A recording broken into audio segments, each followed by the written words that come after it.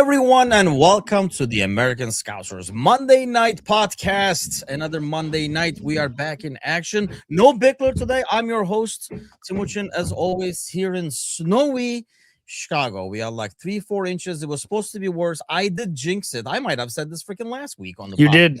Right? You did. It was like, we'll get cold, but probably not snow. And then it was like, smack. Here you go. So we did get like 4 or 5 inches. Supposed to get like back up to 70s by the end of the week. So still can't complain. Out of the way. I don't think I even shoveled this. Let's the nature do its work when it warms up on Wednesday, Thursday, or whatever. But I know East Coast is getting hammered. How are you guys doing over there, Gally? We've gotten some good rain. We haven't gotten any snow. It doesn't sound like we're going to get any snow from what I'm hearing, but it is definitely weird weather pattern. So you never know what'll happen. So I'm hoping that, fingers crossed, and I don't jinx it like you, that we are not getting any more snow anytime soon. I mean, tomorrow is goddamn St. Patrick's Day, and it's time to celebrate Patty. There is no reason for snow on the ground at all. Well, you have a lot of Irish in you, obviously. So what does Gally do that he doesn't do normally, I guess? Let's go that way. Yeah, I mean, let's be real. That's why I was asking. What makes it, aside from being an excuse for doing regular Gally activities? Guys, the shit green. So my family, I don't know if I've mentioned this in the past, but my family, my uncles were in like a real Irish band, and everyone's like, yeah, everybody's knows someone in an Irish band. My uncles actually had like an album pressed and were on the charts in Ireland in like the 70s. Yeah, like they were really good. They had a record deal. If they didn't want to be like fathers and teachers and have like pensions, they probably could have kept it going. They were that good. And luckily they like never stopped. So my uncles kept playing all of my childhood, like block parties and big stuff. So we would always go see them live. And they were lucky enough to hook up with this like amazing fiddler. His name's Craig Eastman. And anyone who's ever been to an Irish band, an Irish show knows it all comes down to how good the fiddler is. Basically, yeah. This guy won the Academy Award for doing the score of Black Hawk Down. So like when I say he is like a world-class fiddler, he is like one of the best fiddlers to ever walk on earth. And he shows up in Western Mass and plays with these old guys for 5 nights straight. And it's like almost like he takes a vacation from being a professional musician just to have fun. And I've been lucky enough my whole life to see it. So I saw him with like 85 people in a small pub with my parents, my 70-year-old parents in a bar on Sunday afternoon. And that's when you know that not only the band is old, you know, like everyone's old when the show is starting at 3 p.m. and ending at 6. Gotta end it before bedtime, basically, is what it is. Chris, Cersei, Bob, good old Bob isn't back in the house. Bob and Chris, I feel like they're like they live next to each other. They don't even know it's but Z, welcome to everybody. As you join the broadcast, hit that thumbs up so some other poor soul gets exposed to us as well. If you have not subscribed, please do so. Really built the numbers last week, so hoping to continue to do the same as we keep going over here. So we managed to not talk about Liverpool for 11 minutes this morning. So let's see if we can keep the same. I know Bickler is not here. What is he doing? Is he traveling, work, or so? Oh, I know what it is. He said the flight got rescheduled because of this weather bullshit. Yeah. I think he was flying somewhere where they're getting snow, either Minnesota or somewhere. He was going somewhere awful, like where you are. Yeah, I can't imagine, because I know like Jazz, who's in like Wisconsin, they got hit pretty hard. Like first thing I saw this morning was a text from her saying like, I'm not going to work in this thing, use my like paid day off kind of a deal. And I guess they got hit pretty bad over there. So never thought I would say this, but let's talk about basketball. Go Rockets. Actually, Lakers and Rockets are playing back to back, I think. But let's do trivia, even though there's no Bickler. I think you will get this. In your absence, Bickler nailed it. So the pressure is on you, buddy, to do this. Okay. On the list of top Liverpool goal scorers for each Premier League season. So this is for Liverpool, not for the league. I know Bickler isn't here, but let me. Yeah, I know. We're just just gonna get the extra questions for the listeners. Mo Salah's name appears most often with 8 consecutive seasons, starting with 17-18. 163 total goals during that time. Which player is next on that list? And for how many seasons were they the top Premier League goal scorer? Top club Premier League goal scorer.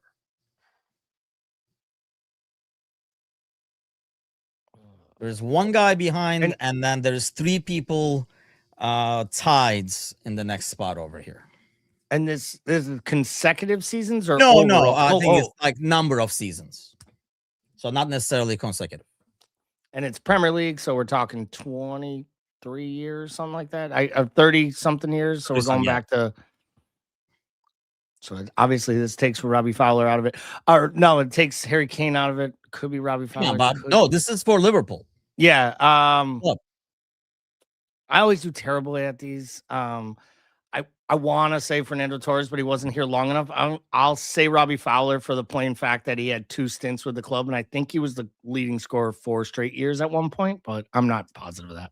Yeah, it is. Let's look at Cersei says Fowler as well. Then Stevie G. Michael Owen. It is Michael Owen. Wow. Yeah, 7 consecutive seasons from 97-98 through to 03-04. And then the next up, Fowler is 3, Suarez is 3, and Stevie G is 3. Okay. I thought I would have seen Ian Rush in there a lot more. So that's kind of. But was he? But he's not Premier League era, right? Oh, like I guess it says. That's and true. you know, All BJ's freaking uses those words. He didn't say top flight because if he did, then I think it definitely would have been. James says, should Arne get sacked, boys? We're gonna have to talk about all this. Trust me, we are gonna get to the manager tonight, people. We are gonna get to the manager tonight. Yeah, a lot to get to. I mean, obviously the manager, the team, because that's my biggest thing, and I think it's gonna be your biggest thing too. We talked a little bit about this morning, but there's a lot of blame to go around. I guess the solutions that everybody has is slightly different over there. So let's get to the game on the weekends. I knew this is probably the angriest I've been. I was just telling Angel that if we do a post match, I'm probably angry as hell, but it's more calmer today just because it's been like 24 hours. But when the game ended, that's probably the most I've yelled in a while, just because it was coming all along, and I had been calling it for the last 40 minutes. If this keeps going 1-0, we're gonna let him back in the game, kind of a deal. And then of course, stupid error on top of it. Not even like stupid error, stupid goal. We tie it. I mean, I saw so many comments, and I know why. It felt like it, but a lot of people were like, can't believe we lost the Spurs. We didn't even lose, actually, but I know exactly why, because it did feel like a loss because it was the Spurs. I described it as losing the Spurs 1-1. Yeah, I guess that's like the best way to look at it, right? Because not only it was Spurs, I mean, like, the Wolves thing was different. I think this was a Spurs team that was down, missing a ton of people. But I know whenever people come out and say, oh, we should at least win by 3 and stuff like that, I know the shit is going to go downhill. Even if my prediction is pretty darn good, I know it's going to go downhill. Automatic paranoia kicks in. But really, we should have sealed the deal in the first half, scored the goals, and this should have been a good scrimmage before the Galatasaray game. What the heck happens? So, I mean, there's a lot of things to unpack this with, right? We can talk about the mental mistakes. We can talk about the fragility of the side in the second half. I mean, I said on Friday, if Spurs have any chance to stay up, they should literally start Richarlison in every single match and play him 90 minutes, because at the end of the day, you need dogs in a fight, and there isn't a bigger dog. And I don't know if there's a guy with bigger fight, and I think that's a compliment. I think you have to give to him. We talked about it on this pod. In 21-22, he single-handedly, along with Jordan Pickford, kept Everton up by scoring all the big goals. And because of it, he's a legend at a shitty club, right? And in some ways, he'll probably become a legend at another shitty club in the EPL, because I do think he's going to keep Tottenham up, because I think he's going to score enough goals and kick enough people and play hard enough, barring he doesn't get sent off twice between now and the end of the year. You knew it was going to be him, and you knew it was coming. And that, to me, is the most damning of everything. Like, we'll talk about the first half. I'm sure we'll talk about lineups. We'll talk about the manager, right? We'll talk about all these things. The boos at the end of the match are terrible. It's a bad look, and I don't love it. I'm not a booer myself personally, but I understand people voicing their right as supporters. Because if you're not, like people say, like you have to support always, doesn't mean you have to be positive. What it means is you have to be passionate, and you have to make sure that your passion isn't displaced with like frustration. If you lose a bad match, you don't boo your side off. When you play this way for months on end, and you have major moments, and you let down all these supporters like this, I think it is something that warrants it. What was more embarrassing to me was the fact that match going Reds were telling me on Twitter and everywhere that literally droves of people were leaving between the 75th and 85th minute. They left before it got level because they were sick of what they were watching, and they already knew how this story ended because we've watched it unfold 8 or 9 other times already this season.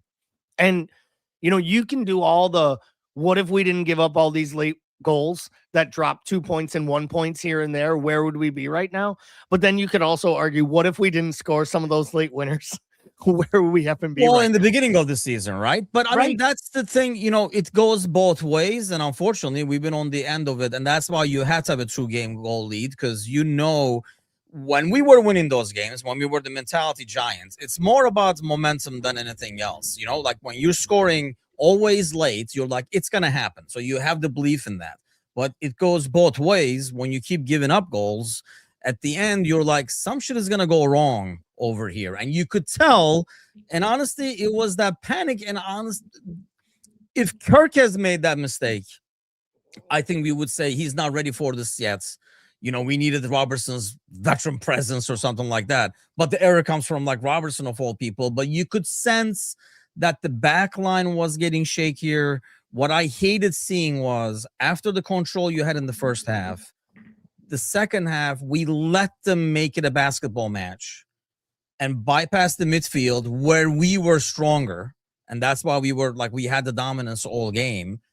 And the problem compared to passes, I think somebody on Discord, I can't remember, maybe the WhatsApp chat, somebody said, oh, this suits us more. This used to suit us more when it turned into a basketball match, because we were more critical up top when we caught people with low numbers. I feel like we don't now, and we're terrible when we get caught with low numbers on the back. Yeah, I do agree with that. I think that part of it is the pitch is so stretched right now. Like, we don't ever get out. Our players never get up. Our defenders are never close enough to the midfielders, and midfielders never feel close enough to attack. And I feel like in all of this, the midfield, we've been very critical, especially lately, right? Last month or so, of the midfield as a whole. Well, the beginning of the year, we were leaking too many goals. Yep. And we've never been able to get as consistent of an attack as we need it, because let's be real. We've seen a huge drop off from Mo. Some of that's tactical. Some of that is Wirtz maybe trying to fit Wirtz in, has played us forward and played us backwards at times this season, in my opinion. We've gone 2 steps forward, 2 steps back with where we play him and how we play him. And I also think that that has led for, I mean, if you're weak at the front and you're weak at the back, your midfield's going to struggle. And I think we've seen a precipitous drop-off, not only because of McAllister's form, but also because of what they've been asked to do and how they've been asked to do it. Are you saying in general, or are you saying like this weekend? I'm sorry. I think over the last like 3 to 4 weeks, I feel like the midfield has been in this game a slog. They were going to play long balls. And then I guarantee you after the game, Slot is not happy with Ali freaking like trying to get one of those counters going, because that's not how Slot rolls. And we needed to control the game, and we didn't. We said, okay, you guys want to play that way? We're going to play fast too. And like I say, we can't create and finish anymore. I felt like, you know, everybody say midfield fell off. I don't think midfield fell off. We just bypassed, both teams just were bypassing midfield. They were bypassing the midfield, but McAllister was shockingly poor again. And I know you've been his biggest defender this year. Yeah, he is just not the same guy. He was absolutely dreadful. And I know, like, I'm almost starting at the end because I'm so angry with how it ended. I want to stay there because I promised people in Discord that you probably were going to. I've been getting killed in the shorts and everywhere and every comment for being too positive, which is hilarious because it's me. And I'm not usually the positive one, but I really have been kind of a beacon of positivity. And I think mainly because I don't want to deal with being negative all day, every day. And I do follow this club all day, every day. And look, I'm as angry as everybody else. I'm as frustrated. I think the idea that McAllister makes the whole 90 minutes in this match, like when Neone comes in, and I'm thinking to myself, what the fuck is this guy doing coming in right now? Because I won't lie, if you're going to use your third sub window, I would have liked to have seen fresh legs for the guy who, let's be real, I know everybody loves Andy Robertson. Everybody wanted him playing. Everybody says he's got to start more matches. He should have started last Tuesday at Galatasaray. He should start this weekend. He should start Wednesday. You saw yesterday on full display, not just the last minute of the game. You saw from about 45 to 50 minutes, him slowly and incrementally tire and wear down. And he offered less and less. He should have been taken off the moment Rio came off the pitch, because I honestly believe he started that match to help Rio get through the match. And I just don't, for me, this was an indication. I forget what show I was listening to, but maybe it was one of the Anfield Raps, like post-match shows last night. And the guy said, after watching that 90 minutes being live in Anfield, I kind of wish Andy Robertson had gone to Spurs, because it might have been nice to get at him today, because it looked like a guy you would attack. And I think we saw that. They were attacking him throughout the match, trying to work into his areas.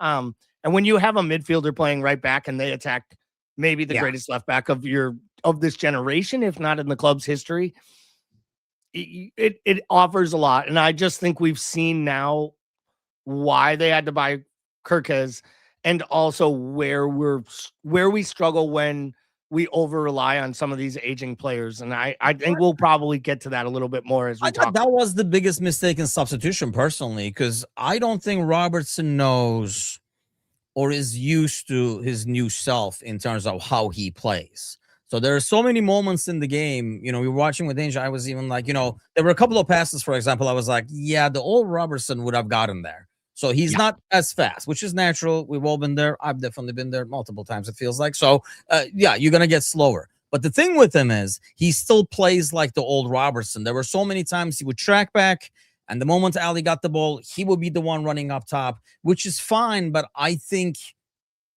maybe he thought he was only in it for 60, knowing how that normally goes. But he played like a guy who's only going to play 60, run as much as he can, and pass it on to Kirkes. And I think when it didn't happen, that was probably, I think, substitution-wise, that was probably the biggest mistake, because I felt like he played like a guy thinking he's playing 60.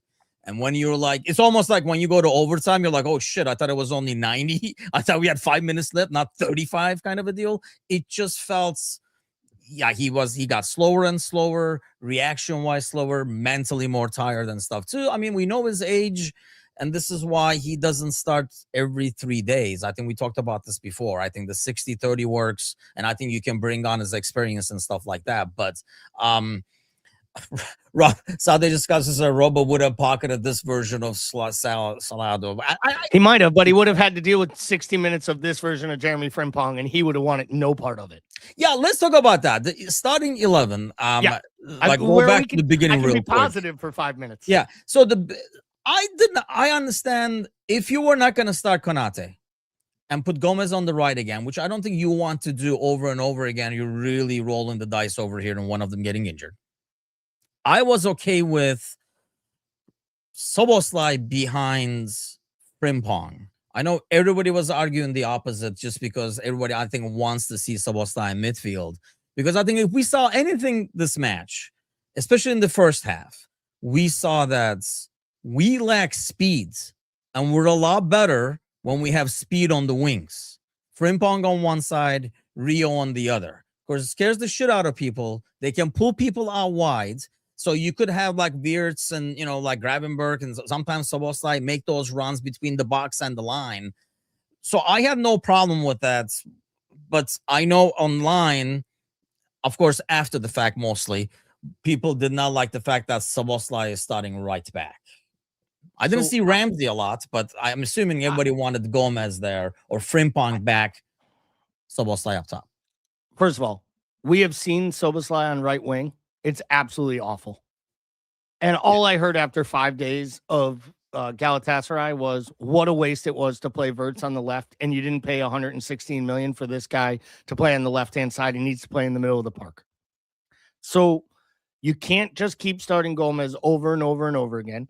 I have a feeling Gomez probably will start against Galatasaray at right back, and that makes me a little nervous. I think I would probably go with Frimpong. I could have seen a 45-45. I always felt when I saw that lineup drop, listen, I find it funny that all I've heard all year is all the ills about this team is Salah's pace has dropped off and we let Luis Diaz go and we have no pace on the wings. So you know what he did? He said, all right, I'll give you guys a glimmer into the future, right? Here are a dynamic left winger and a dynamic right winger. I thought it was really well done and I thought it absolutely worked. I think both of them, if you were ranking all the players on Liverpool, I'd argue the front three to start the match might have been the best three players all around for the night. I think so too. Frimpong, Gakpo.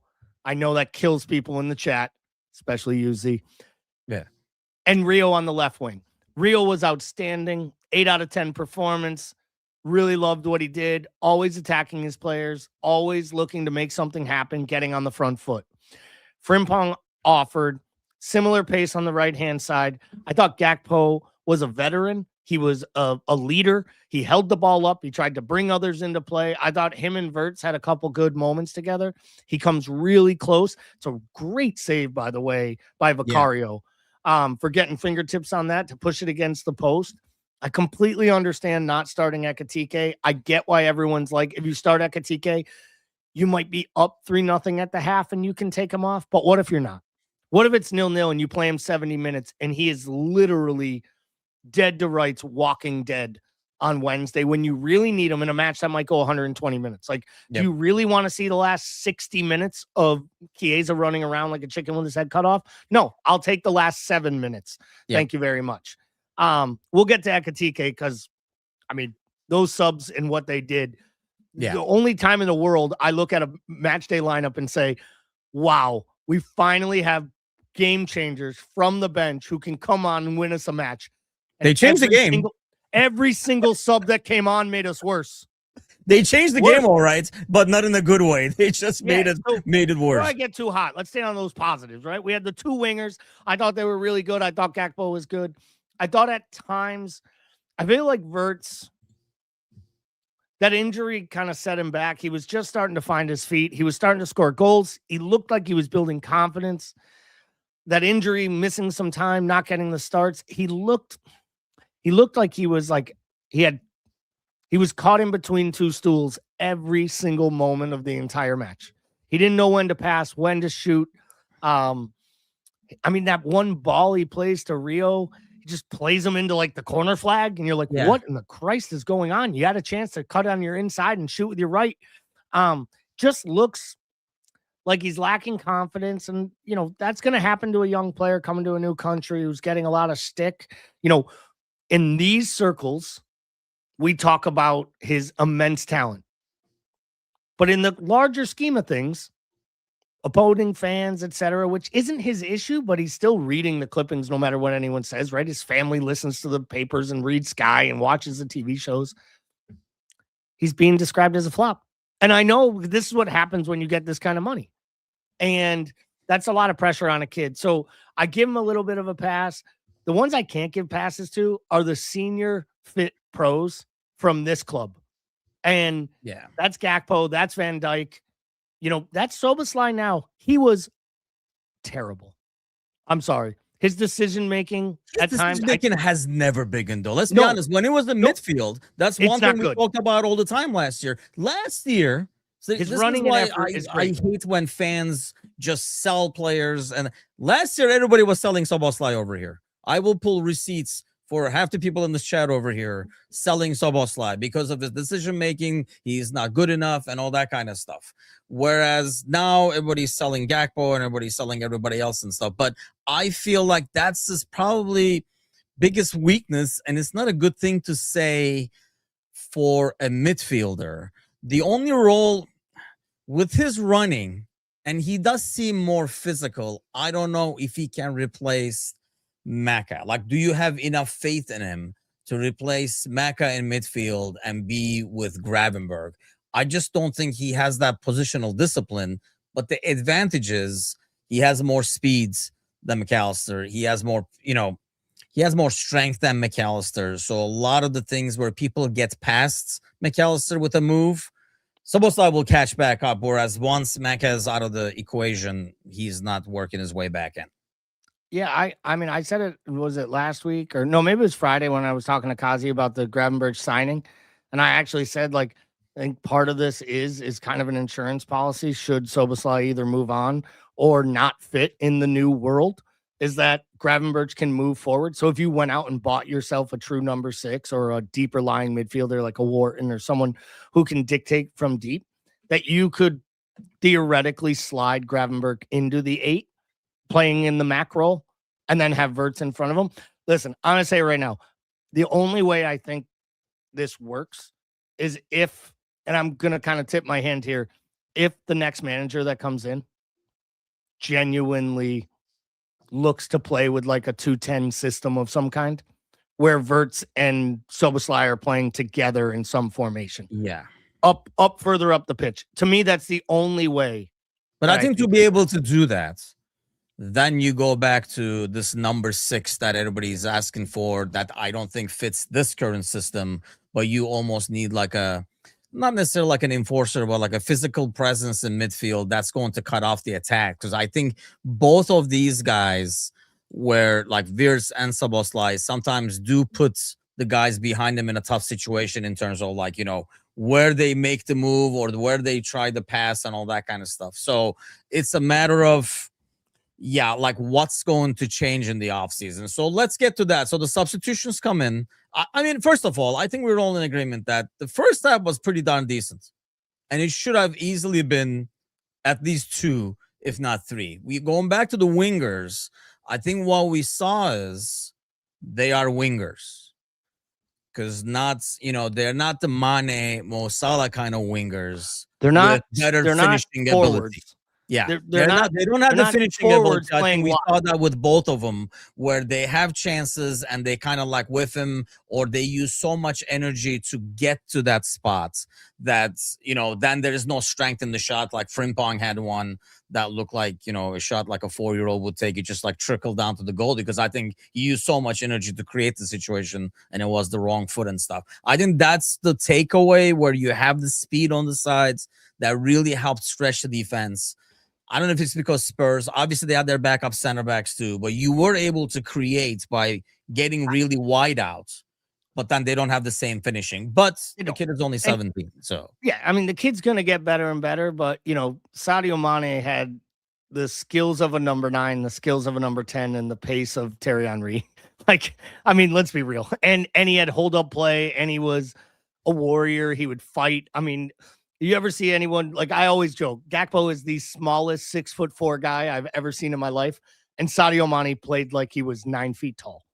Like, I've never seen a small winger go up, take a ball down off the chest, push a defender off with his left hand, and then spin him and literally be on his way to launching a counter. And Mo would do similar things with just as much. What was really bothered me about like kind of the talk after the match was I saw a lot of people, like some people criticize Frimpong. If you got to play your right back at right wing, it probably means he's not that good of a right back. Like, all of this is just, these same people were screaming to change for change's sake. Yes. Bench Mo, drop Mo, show me Rio, give me Rio time, right? All this stuff. He gives it to you. And I think what you saw was a microcosm into what football will look like next season. Because I think Liverpool needs to, and we have plenty of time to talk about players they're going to buy and what happens in the summer, but they need to go out and buy 2 pacey wingers. I don't even think that's a question. I think you need a bona fide stud to potentially replace Mo Salah. And I think you need someone on the left-hand side to either replace Gakpo or push Gakpo and Rio. Because I do think, like, if you look at Gakpo's numbers, they're almost identical to last year. Yes. But the reason he's getting so much criticism is you don't get to watch. One, he's not being pushed by Diaz, and you don't get to watch Diaz play when he's not on the pitch. And I do think that is a huge step back for Gakpo. I really do think the competition, knowing his place is not guaranteed. He's competing with a kid who from day one, the manager said is not a viable option. So Chiesa, please. Once Isak breaks his leg, he knows he's not losing it to Ekitike. And I hate to say this for everyone listening who's hated on Gakpo all year. He's been better than Wirtz every time Wirtz has played on the left. So he looks at that and says, this is the guy that's going to come in for me? This is the guy taking my job? No. Sorry. I think, the lack of alternative is like a win for him there. Because, like I say, Chiesa, despite everybody wanting him to be, he was not really an option. I think we were hoping, he can play along the entire front three and stuff like that. But that did not obviously materialize. It was very obvious, but people had to see it for themselves.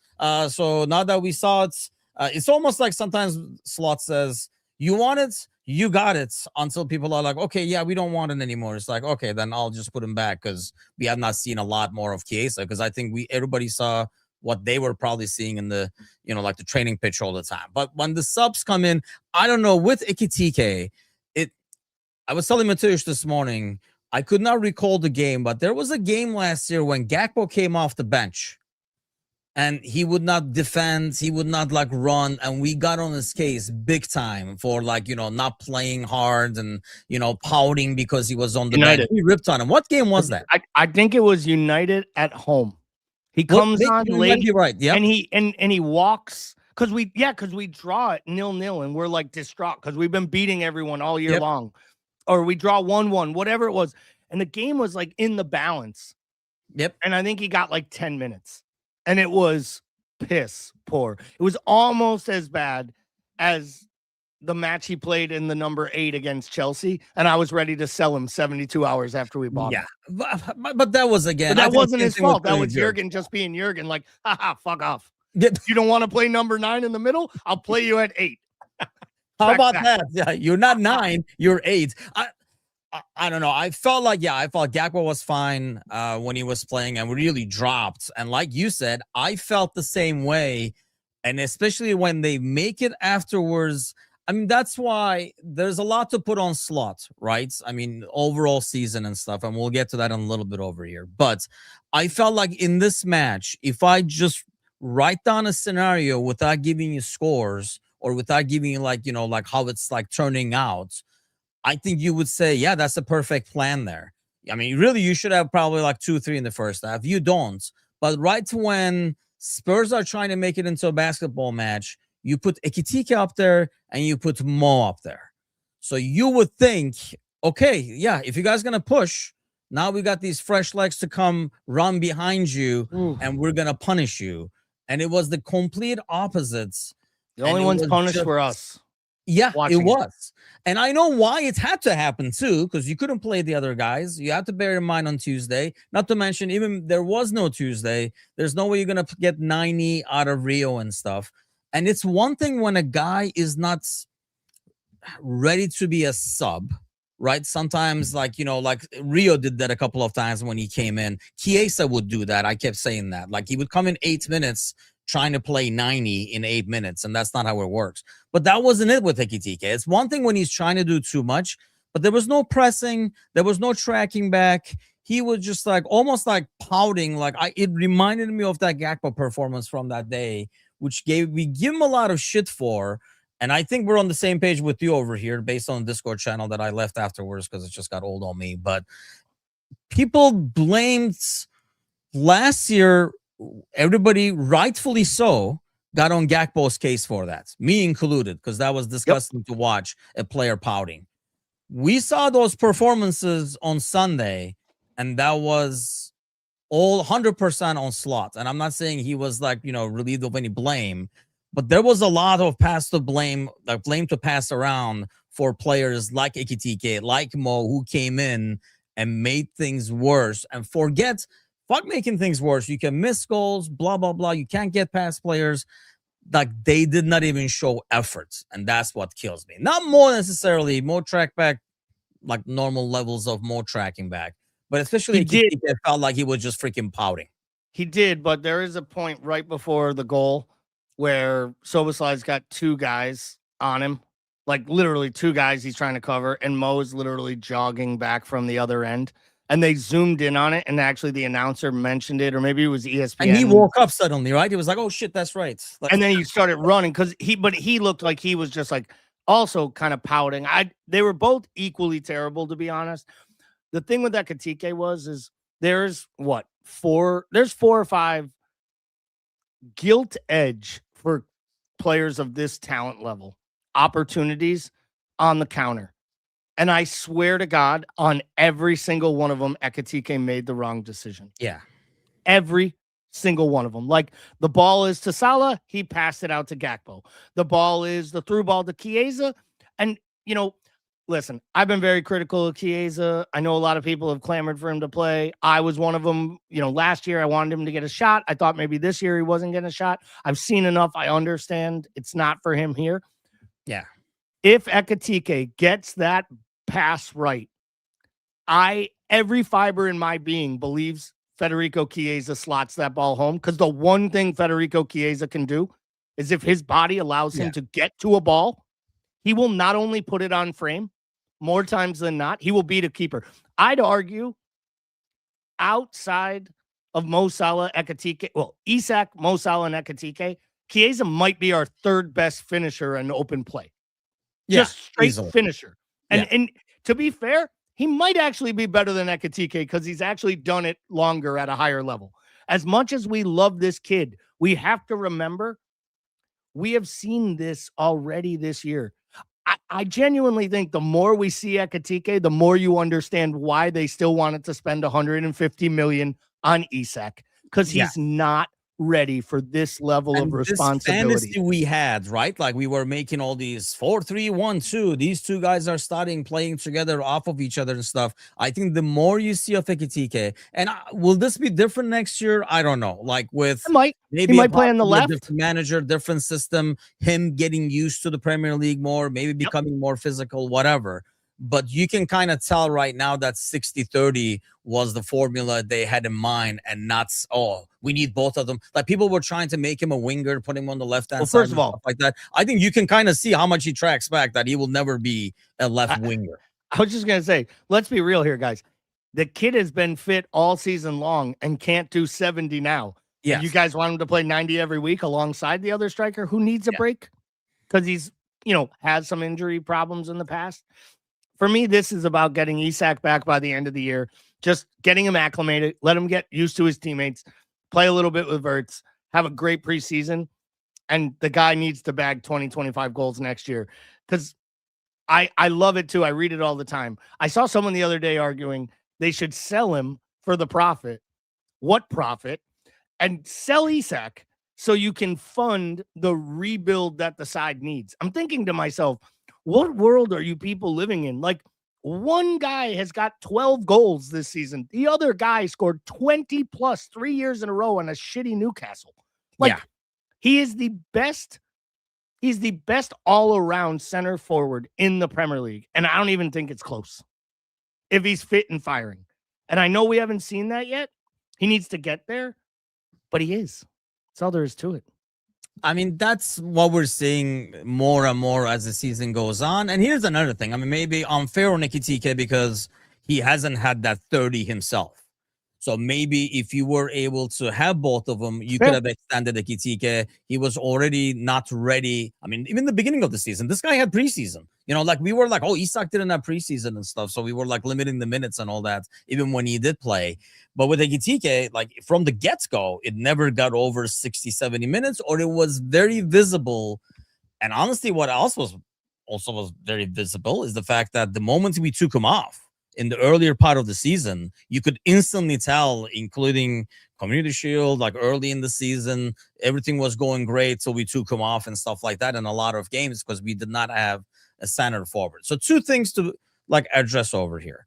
I keep hearing this. Bob just mentioned it in the the patterns of play, which I can understand more if we were talking about the Lakers in terms of like what's play you're calling and stuff. But in turn, to have patterns of play that everybody wants to see, you have to have a more consistent system in a starting 11. So I feel asking for that, and people saying that, I think, like Bob was saying it, which, we rarely argue with Bob anyway, but in terms of like it always comes from a moment of excellence and stuff. That's why you sign these players. Otherwise, just have patterns of play and then sign average players and kick everybody's ass. That's not really how this works. But I feel like expecting regular patterns of play in an ever-changing starting 11 for one reason or another is just not realistic. Like that part I don't put on the manager, because you never had Rio, Gakpo, Frimpong start up top. So they are. Yeah, I don't think anybody had that on the bingo card. After the Community Shield, it's different skill sets. I mean, what Rio is going to do on the left compared to what Gakpo is doing on the left, or in the center, or even on the right hand side, what Frimpong is going to bring compared to what Mo is going to bring. I think that's one of the biggest differences. When Frimpong cuts in, looks up, not a lot of people are afraid. They're more afraid of his pace, that he's going to run by them, or he's going to suddenly start running inside and like earn a foul or go run into the box or something. Whereas when Mo cuts in, there was always that fear, like, is he going to play the perfect freaking pass into the box and create again? So you get different things from different players. So I feel like this whole constant patterns of play, how come we're not doing the screen run all the time? Like, I just don't understand why that unrealistic expectation is there. And I don't even know what this patterns of play is, because do we have patterns of play before when we were rolling? Or we could say, Diaz, here's the ball, take the guy on. Mane, here's the ball, take the guy on. Mo, here's the ball, take the guy on. Or, you would use Bobby and stuff in the middle, but like, what is this patterns of play? The only thing I can think is what patterns of play is. The only thing I can think of, to me, it's really just saying, I think this manager has lost his way with how to get the best out of our fullbacks. Because to me, the only patterns of play I can recall, to your point, is Jordan Henderson, Mo Salah, and Trent Alexander-Arnold literally demoralizing the left-hand side of defenses with their little triangles and 1-2s. But that's how what long happens. did that take, and how long did they play together? I was just going to say, that's what happens after 6 years of building something and getting a player like Salah to be at his peak right when Trent was getting into his his greatest fettle of going forward. And Hendo, in some ways, was becoming the crafty veteran who just knew how to do his job the right way. And what was that? And we that saw a was little like bit of that. Thing. We saw a little bit of that on the left as well, right? With Mane and Robbo and Genie. There were these little pockets of partnerships, maybe like passing patterns or the pass network. Like all of this is just the hyper, like it's the hyper excitement of stats. And the stats are all over the place. There's so many now, right? Like some people believe in XG, some people hate XG. Now you have, shot value and shot decrease and defensive value. You know what I mean? Like pass pressure values. Like you can just overdo it with stats. And I understand that. They bought 5 brand new players and they all went into the starting lineup. And you can argue outside of Isak's major tough season, right? They've all been net positive signings. They all have shown that they are going to be good going down the road, and we have to play them to get them to where they are. What we didn't know was that our 3 aging veterans who have been instrumental to everything successful we've done over the last 10 years, it's literally, we're talking about Mo Salah, Virgil van Dijk, and Alisson Becker, and whether anyone likes it or not, they have taken considerable steps back from last season's title-winning campaign. Yeah. And then you mix in the players we lost in Diaz, unfortunately, in Jota, and to a lesser extent, it was still the right decision. I do think when Chiesa is your backup center forward, you miss the effort, work rate, and running ability of Darwin Nunez, because at least he gave you someone, to your point, Tim, when you bring him in for those 20 minutes, he made central defenders work for the last 20 minutes. Yes. And he pulled defenders in different areas. And what we saw from Ekatike, what I wouldn't have gave for Darwin's stupidity. If you are going to have someone as dumb as Darwin on the pitch, and that's what Ekatike was yesterday, you better goddamn give me his effort. Yes, because I didn't get his effort. Exactly. I didn't get his effort. And it was embarrassing. To be honest, when Cody Gakpo outworks you, playing in the center, a place he hates, it's not a good look. And I think it is a really, really big. I think Wednesday's a big day for Ekatike. I think we need him to show up big. We need an early goal from the guy in the middle of the box. We need him at least. I mean, no Sanchez in there as well, so that should give him some opportunities, because I think he's like their biggest aerial like defender. Not that he's good in air, mind you. Like I think we've seen that as well, right? He's not as good on air. I mean, the thing about this, like I say, Bob says we would be ridiculed. I could not give a fuck about the 95% of footy channels that feed you what you want to hear or feed you what Twitter says, Bob. The bottom line is, for you to establish patterns of play, you need to have consistency. And this team has not had consistency, number one. I think there's a pattern of play. It's not working, or it's not what people want. And I think compared to the past, and I think this is something that, maybe they should be looking at, or maybe Slot should adjust it to, is in the past, because we played faster, you got more opportunities. So even if you had the misplaced pass, or even if it didn't work, you got another one. So it kind of goes back to, I'm going to be full of basketball analogies because it's the only other sport I'm watching right now. But like, if you look at like the NBA, for example, right? The shooting is not really that much better, like the outside shooting and stuff like that. But they run up and down, non-freaking stop. So the scores are a lot higher because they're constantly running up and down and chugging threes all over the place. I feel like in the past, when we played that like heavy metal one, it wasn't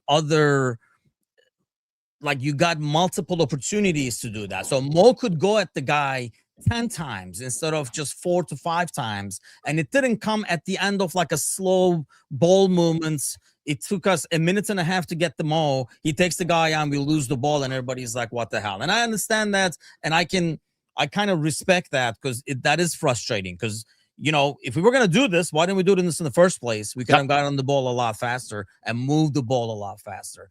But it didn't take a year and a half, because this team is totally different. And I'm not defending Slot anymore. I mean, I've seen this weekend, not that I don't think Slot is the guy or whatever. I mean, let's talk about that a little bit. I just feel like there is so much frustration. I don't know if you saw Szoboszlai's post-match interview and stuff as well.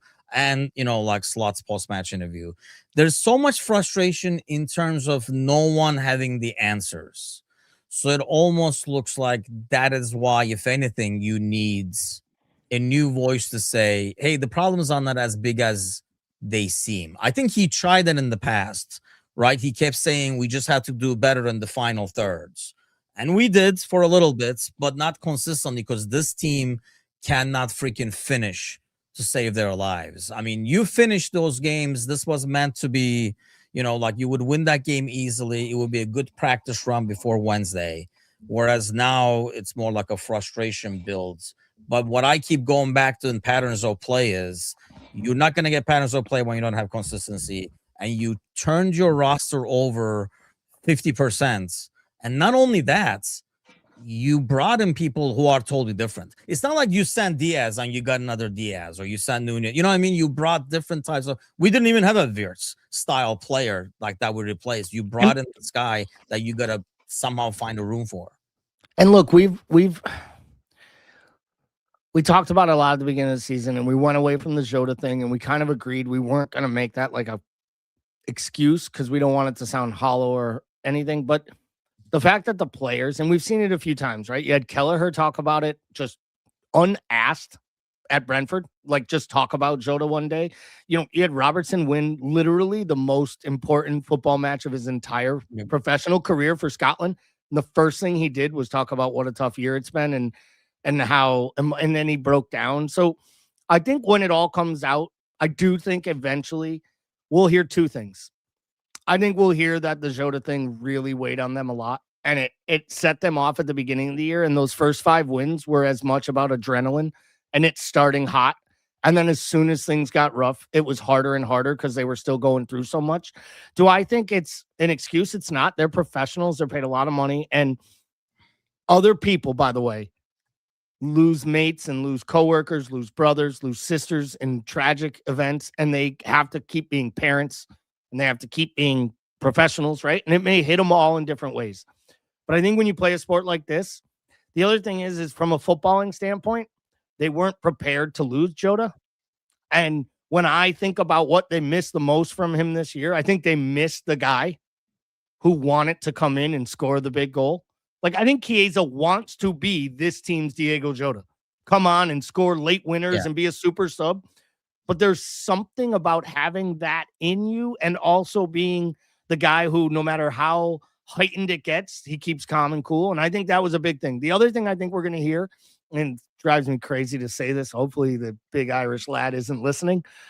I think we're going to hear that Maka is onto something in our Discord channels about there being a huge drop-off in the training sessions and the lack thereof intensity in said training sessions. Like, there was a thing came out today showing like kind of like in February what Arne Slot's training routines were, and it was giving guys like a day off, 2 days off. You know, Klopp would never, whether it was home or away, they had to go to the hotel the night before. Slot's like, nope, you should sleep in your own bed every night. So like when they go on European roads and they fly out the morning, they actually sleep at home. Like, that's kind of weird to me. Like, I get it. See, but I mean, when we introduced that last season, it sounded great when it's working. Too, it's made sense to me because I was like, you know, he was saying you get your best rest in your own bed. And I was like, that makes sense to me. It makes sense. But I get my best rest in my own bed when my wife and my dog aren't in it and I'm not being woken up by kids or, you know, and I understand they have nannies and they have au pairs and they have people in the house to help. But like, there is real life that happens at home. They are parents, like they are regular people, like most of them, not all of them, but some of them have children. Some of them, it's different. I do think there is something about it. I mean, Milner used to say like he would go to a hotel no matter what. He goes to a hotel now and the Brighton players get to sleep at home, but it's always been in his routine because when it's 48 hours before a game, he's like, I'm already locked into the game. And I wonder if there's a little bit of that. I've seen a lot of complaining by Match Going Reds on Twitter and on a few other of the shows I listen to, where occasionally they talk about patterns of play, but not that much for the 95%. Thank you. Where they say things like the way they warm up, like the drills they do, they don't like Klopp used to be like, you had to warm up, be spot on. Like literally like everyone needed to be locked in. The drills had everyone in time. But like, there was a clip the other day going around the internet, and for the entirety of the warm-up, Curtis Jones and one of the other subs were sending crosses into the box for Freddie Woodman to try and volley into the net. And you're like, what is going on here? Like, all the starters were warming up, and the subs were like playing keepy-ups and kicking to a third-string goalkeeper to fire in shots in front of the Klopp. And like people were like, that's like what you do with the JV team is like, yeah, why don't you guys grab a couple of balls and play over to that on the next and it was just like, but does this speak to what might be happening in the training sessions? Like, if that is the case, maybe that was the drop off, and at the beginning of last year they were still kind of fundamentally locked in. Look, it was a precipitous drop from about February onwards last year. You could argue the whole thing started a year ago, 2 days ago, on I think it was the 14th, which would have been the 1 year anniversary of the loss in the League Cup final to Newcastle. Because I feel like that's when the bloom came off the rose. I know we had already lost, we had beat PSG, then we had to play Newcastle, we lost, and then we got knocked out of the Champions League 72 hours later. But the fitness never rebounded. And at the beginning, I said, hey, you know, they had a summer like nobody else's. They bought a lot of players. They probably shouldn't have allowed Diaz to leave if you weren't going to buy a replacement. The Gahey thing, I hate to say it, the more I watch Gahey in Europe, it's not bothering me as much as I watch him try to defend elite wingers across Europe. He wouldn't even have to be Gahey, I think. No, if he had depth, I think that would be the thing, right? If Leone doesn't get hurt, I think we feel a lot better, because I think if Leone doesn't get hurt, you play Joe Gomez when you needed to drop Konate. But you couldn't. I think that's probably and I wonder. A lot of mitigating. The sleeping night before thing, I don't know. That's one of those things where when it works, everybody is like, oh, see, this is great because he understands, player psychology. When it doesn't work, oh, yeah, they're not getting enough sleep. And honestly, in some ways, maybe when last year nobody got injured, right? The physios were the greatest people in the world. Yep, these physios are great.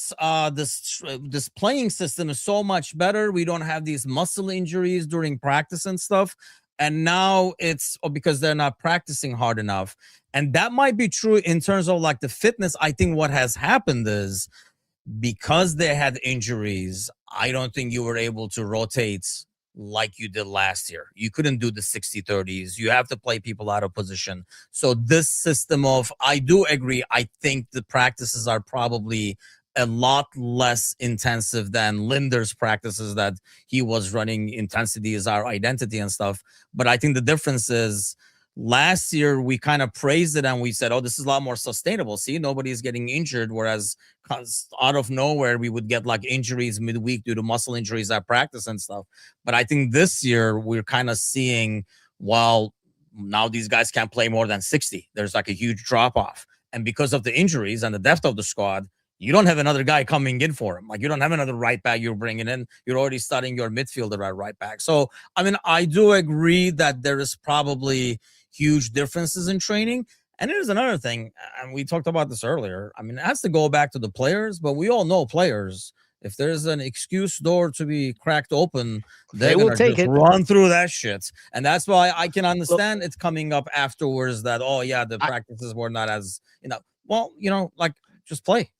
The answers to it all is there is absolutely a ton of blame. And if we were dicing up the Timucin blame pie, you could give a big ass slice to Richard Hughes and Michael Edwards for leaving the squad imbalanced and short. You can give a huge amount, I believe, a very large, if not the largest portion to the players. And I understand the manager needs to motivate them, and everyone says, oh, well, every player dropped off. They haven't all dropped off because a lot of the new players have played well. I'd argue Gravenberch's just as good as last year, just looks a little bit more knackered because they didn't buy an ample replacement for him, and Endo has been hurt all season. I'd argue Soboslai has been better. So if those two are just as good, if not better, Kirkez is new, Frimpong is new. I think Kanate is pretty much the same player. I know he had a bad run at the beginning, but he's hot and cold. He either gives you a 9 or he gives you a 6. Yeah, brutal right? 1 week. Gomez has been injured and out. So what are we really talking about? We're talking about Mo Salah, Virgil van Dijk, McAllister, and Ali. That's been the major drop-off.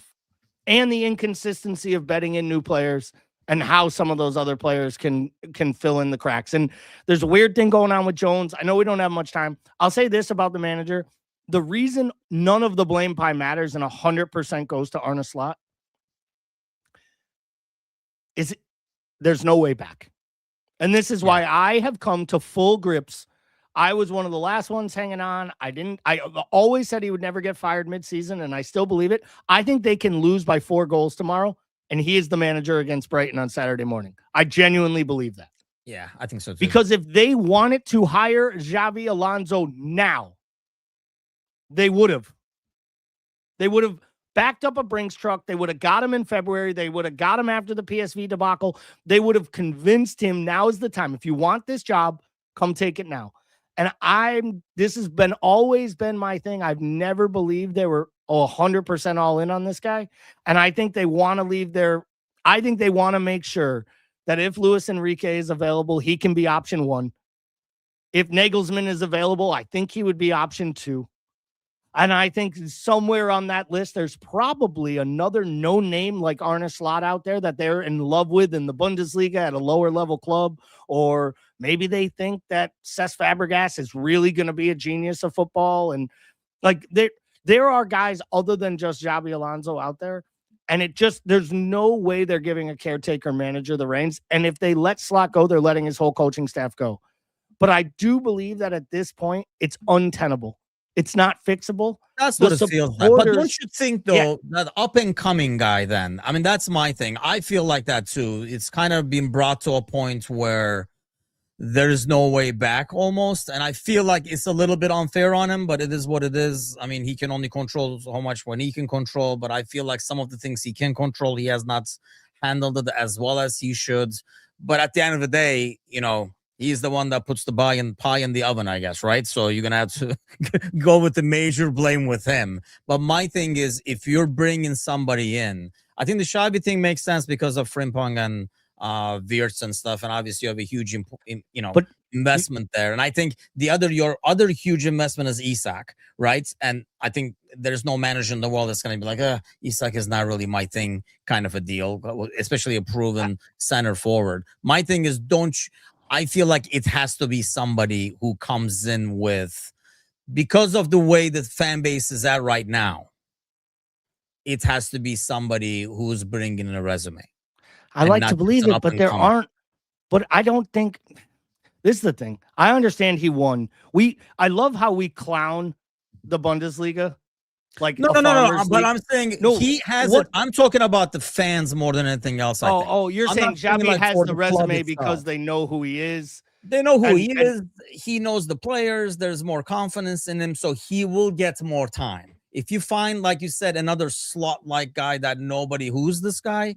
You bring him in, I feel like he's going to be in the same boat in a month or two, because Chris was saying it in the comments earlier, because of how this Premier League is right now. I mean, we're already running late, so don't have time to have that conversation, but we talked about in different shows how, as you watch the Champions League more and more, you realize how much slower and more boring Premier League is getting over time, by the way. But anyway, because there's nobody that's going to come in suddenly play this great, exciting brand, somebody with a name like Nagelsmann, like Xavi, would have more time from the fans. They definitely will. No question. They definitely will.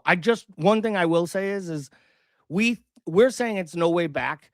And the reason is because I think they're smart guys. I think Edwards is a smart businessman, sportsman, whatever you want to call him. But if we've learned anything, FSG and the powers that run that club at Liverpool give zero fucks about what supporters think. But then wouldn't Slot stay? Are you saying they lost faith in Slot as well? I think they know that it can only get ugly. You can allow it to get ugly when it gets ugly to the point where it's impacting how the man does his job. Like, I think he is a worse manager right now than he was in November, and we were losing more matches in November. Because I think he has actually lost his way even more, to the point where he can't conduct a press conference without saying 5 things that even I am like, come on, dude. Like, you have to know better than to say that. You can't say that. Stop talking about this. Stop doing this. I think he has actually reduced his overall confidence to the point where he can't change it. I don't think they know he can do it. They're not giving him an extension. He's not going to be a lame duck coach. I've said it all along, right? What did I say? I think it was December. I said, I think there's just as good of a chance at the end of the season they decide to part ways. Like, I think this is going to look like an amicable split more than a firing. I genuinely do. The only way he goes by the end of the year is they lose embarrassingly on Wednesday and he literally resigns. But we all know it's not going to happen because he ain't going to walk away from 18 months of $4 million. So he's going to want his money. And not to mention, I think that looks, on a manager, I feel like that looks worse. No, I says, I'm not, this is not for me, man. I can't, because I feel like some of the frustration we see are because it's a guy who's not used to being in the situation and being asked these questions, being like kind of like pummeled. It's different to be pummeled in Feyenoord when you have like a poor run of 2-3 games compared to a Liverpool manager. I totally agree. The only thing I will say is, for all the people out there looking for Xavi and looking for the hearkening days, I saw one the other day, like it's gonna be Xavi Alonso with Gerrard and Thiago as his assistant coaches, and I'm thinking to myself, my God, please, God, no. We'll have 3 different people that nobody can get mad at, that everyone will be so quick to turn on as soon as the results go bad. The only thing I will say to everyone calling for Xavi, go read what some of the Leverkusen supporters talked about when he left. Because let's tell you right now, he believes in possession football more than Arne Slot. Yeah. He plays a more boring brand of football. And the reason Florian Wirtz was so special was he was playing in an inferior league and he was told to just make magic happen. And that's what he did. And they had one beautiful season where they won all the matches on the 1 year that Bayern was truly down. And he ran out of the league before anyone figured out he wasn't ever going to win it again because Bayern retooled. And then he went to Madrid and it didn't work out. And it can happen to anyone at Madrid. There have been better managers than Xabi Alonso last time at Madrid. It's going to happen again to the next guy over and over. But for me, if you can get Luis Enrique, I would back up the truck and that would be my pinnacle. If it's not Luis Enrique, I think that Nagelsmann becomes your number one choice, both because of his age, his experience, Hoffenheim, Leipzig. It was a bad run at Bayern, but it was a bunch of players who are dogs. Stretch with these names, though, is would these guys be okay? Because somebody was mentioning in the chat earlier that one thing that probably had them pick slots over maybe some other possible names is the fact that he will be okay with being a coach and not like be as involved in like decision making and stuff. I don't know if like losing. I think Nagelsmann, these guys with resumes would want a more voice. I mean, you would, because I mean, like Klopp, like initially he didn't, but then as you know, time goes by, as you build your cred, you're like, no, I gotta have a say in this now. I think Nagelsmann would be open to it. I wonder if it's not just as much the head coach thing compared to manager and having the say in everything as it is. Someone mentioned it earlier, like how FSG are so analytical with the way that they do the business. Is like, I don't know where Luis Enrique is. Like, is he an old school guy that, you know, thinks about star players and you put the players out and, you know, like a more of an Ancelotti, right? Of a man manager and a leader of men that has great tactical awareness. I mean, Carlo Ancelotti didn't win all those matches, Champions Leagues, and probably going to make me sick to my stomach when he wins the World Cup in Brazil. Watching Neymar pick that trophy up will make me fucking vomit. The only good thing about it is it would be great for Ali to see him win a big trophy like that on the international stage or something. But it's just ridiculous just to think about. But like, Nagelsmann was on the short list when they hired Klopp. Nagelsmann was one of the names they loved, and that was when he was all the way back at Hoffenheim. And I think when you end up on these lists for FSG, I don't think you fall off that list unless maybe you turn us down. And by all accounts, that might have happened once with Xabi if you believe the reports. Now, I don't even believe them because they claim that this was the thing. Now, we don't have time for this tonight because we went 7 minutes over. Thanks to everyone in the chat. If the news is out there that Richard Hughes is really off in the summer to Saudi Arabia, and that is breaking like tonight, if that is true, all bets are off. Because what most people don't realize is Edwards and Hughes's deals expired in 2027 with slots. So if FSG really says this isn't working, you just spent $500 million and we're blowing it up, like maybe that's it. Maybe it's Edwards goes, Hughes goes. They start with a new scouting team and sporting director, and you go back to the manager focus and you give all the power to a Luis Enrique. Yeah, because I think like those names that we like really want. I mean, we're on the same page, you and I, on this one, because I would rather have obviously Luis Enrique and Nagelsmann over Xavi. I understand the case for Xavi, but I think a lot of that is made off of emotion and a lot of things that when people look at his resume, they're looking in through like red tinted glasses, as opposed to if it was just some, you know, Xavi Dominguez or something like that. I don't think everybody's looking at it the same way. And they were like, well, you didn't make it in Real. What makes you guys think you will do it over here? You only had one season and stuff. I think the reasons made for him and against him are both valid. I mean, whoever the manager is, obviously, I would get behind. And I feel like he has a shot because he would have more time with fans. But it might go back to, we'll talk about that probably once this more official Hughes thing. The rumors were out last week, but I don't know if it's going to happen on that. Chappie's in the comments says, I'm a Newcastle United fan. Am I all right to comment? If I let Bob comment, anybody should be able to comment over here, Chappie. Chappie, Chappie, if you are in this chat after the year we've had between Liverpool and Newcastle, brother, you can comment away. And just keep bringing the comments. Just watch it, because every once in a while, I get a little Gordy angry. Xavi Dominguez was something. I don't know, whoever the hell he is. But honestly, Choppy I might hire Choppy Alonso. Choppy, actually tune in tomorrow night to the panel show where we do have Newcastle represented as well in our Premier League panel show. Okay, real quick before we go. For Wednesday's game, real quick, tell me, because I was kind of torn on this, would it have been better to squeak in a 1-0 win? Or is it better the way it's ended with some disappointment, frustration, and stuff to take out on Galatasaray? Part of me says, listening to Szoboszlai after the match, like they will come out with more urgency as opposed to if they just squeaked in the 1-0 win. But then again, I've thought that several times throughout the season. I don't know. I don't know about that one, but the only reason I say it is nothing this team has done this year has posed consistency except for being inconsistent. So they follow up a good win with a shit performance. They follow up a shit performance occasionally with a mediocre draw or a mediocre win.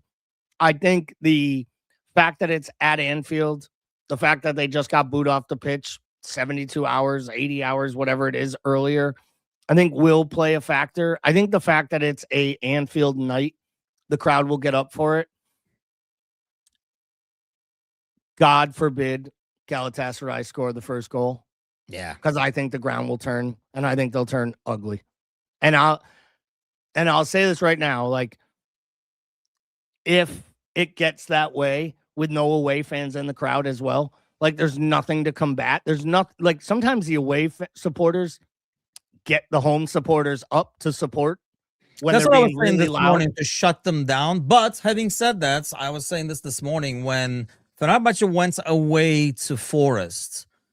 I mean, that place looked like a home game for Fenerbahce, especially because Fenerbahce took the lead and stuff like that as well. Like, Forest fans got worried. Yep. So I think if they go down 1-0, I think it would be the end of the atmosphere that way. Whereas since there's no away fans, I think they do have a leg up. But maybe it's just me being hopeful, and because it's fucking Galatasaray full things, that I am hoping for like some kind of a reaction going into this day and get past this round over here to get some positivity. But I am not 100%, man. They are going to get a goal, which means you will have to get 3 goals. I think Galatasaray gets a goal one way or the other. Between Osimhen, Barış, and Lang, they are going to create on the counter, and they're going to do something. Yeah, the way they played against 3 goals in them is my thing. The way they played against Juventus on that second leg gives me some hope, because they just are a completely different side. I mean, I don't have to tell you, they're a completely different side when they're outside of that cauldron of hell.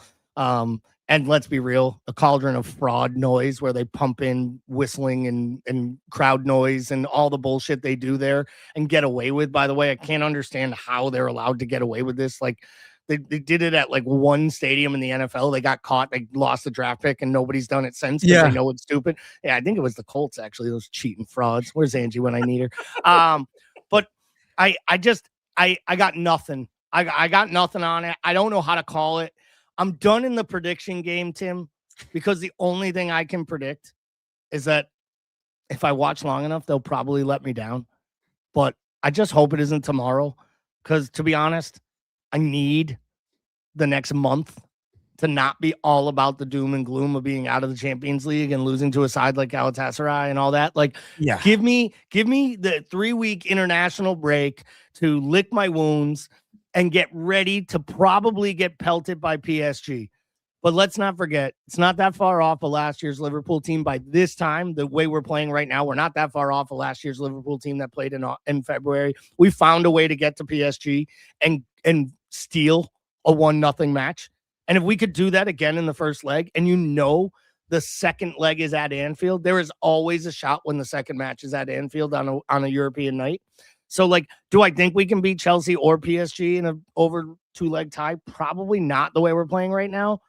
But God damn it, I'd like to try. Yeah, I mean, a lot can change. You're going to get Isak back probably during the international break as well. So even if it's like 20, 30-minute performances, I think you're going to start squeezing Kim over there.